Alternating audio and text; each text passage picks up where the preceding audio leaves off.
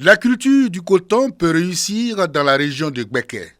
Depuis quelques années, Fatoumata Traoré, cadre de Brobo, s'est lancé dans la culture du coton avec à son actif 6 hectares. La production de cette superficie fait d'elle aujourd'hui une grande productrice du coton dans la sous-préfecture de Brobo.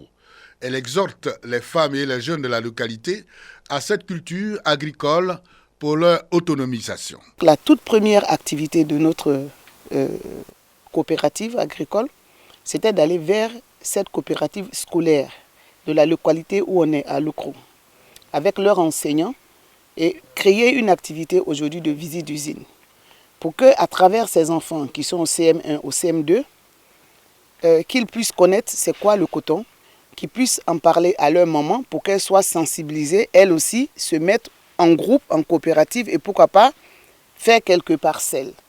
C'est ça l'autonomisation de la femme. Pour partager son expérience à la coopérative de l'école primaire de la localité, elle a initié à travers sa coopérative une visite guidée dans les champs et l'usine d'égrenage pour permettre aux membres de la coopérative et aux écoliers de découvrir le processus d'égrenage de la production cotonnière dans la région. Le coton va passer maintenant à l'égrenage qui consistera à séparer les fibres de la graine de coton. Donc à la sortie, nous avons la fibre de coton et la graine de coton. Le coton sert à fabriquer les tissus que nous portons, la fabrication des aliments de bétail ou à des engrais bio. Depuis 3 ans et avec l'avènement de la coopérative Cocan-Pab, la récolte annuelle du coton dans la localité de Brobo est estimée à environ 1000 tonnes. Kakoubrukro, localité de 3000 âmes, département d'Atiéguakro. Village doté d'un centre de santé grâce au district autonome de Yamoussoukro. Mais depuis l'achèvement des travaux de construction en 2015, la formation sanitaire rurale n'a pu être mise en service.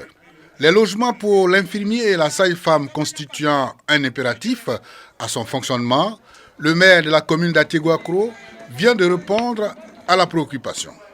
2 villas neuves, réalisées à hauteur de 50 millions de francs CFA, mises à la disposition des agents de santé affectés au centre de santé du dit village pour se loger décemment en vue d'effectuer irréprochablement leur mission. La remise officielle des clés, une occasion de retrouvailles et de partage de joie.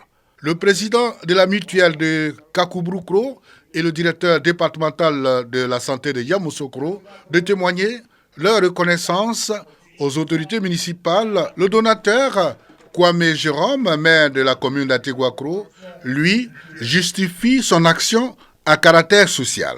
La joie de l'avoir, après 1000 efforts, se trouve aussitôt et généralement engloutie dans la tristesse de disposer d'un toit pour se loger à l'issue de l'affectation, surtout pour les jeunes fonctionnaires. C'est pourquoi j'avais pris la résolution à la hauteur de mes possibilités d'aider à la mise en place de l'administration publique, notamment des structures d'encadrement des proximités de l'État par la mise à disposition de logements à usage de bureaux et d'habitation. La représentante du préfet du département d'Atiéguakro de prendre la parole pour des conseils en vue de l'utilisation à bon escient de ces 2 bâtiments. La cellule civilo-militaire du département du Bouaké face aux leaders d'opinion. La cellule dresse le bilan de ses activités au titre de l'année 2021. À tour de rôle, les responsables locaux de l'armée, de la police et la gendarmerie nationale présentent les résultats de leurs activités dans le cadre de cette cellule. Les responsables des forces de défense et de sécurité relèvent l'étroite collaboration avec la population. Collaboration qui facilite la mission des FDS. Mission qui consiste à la protection des personnes et de leurs biens, la libre circulation.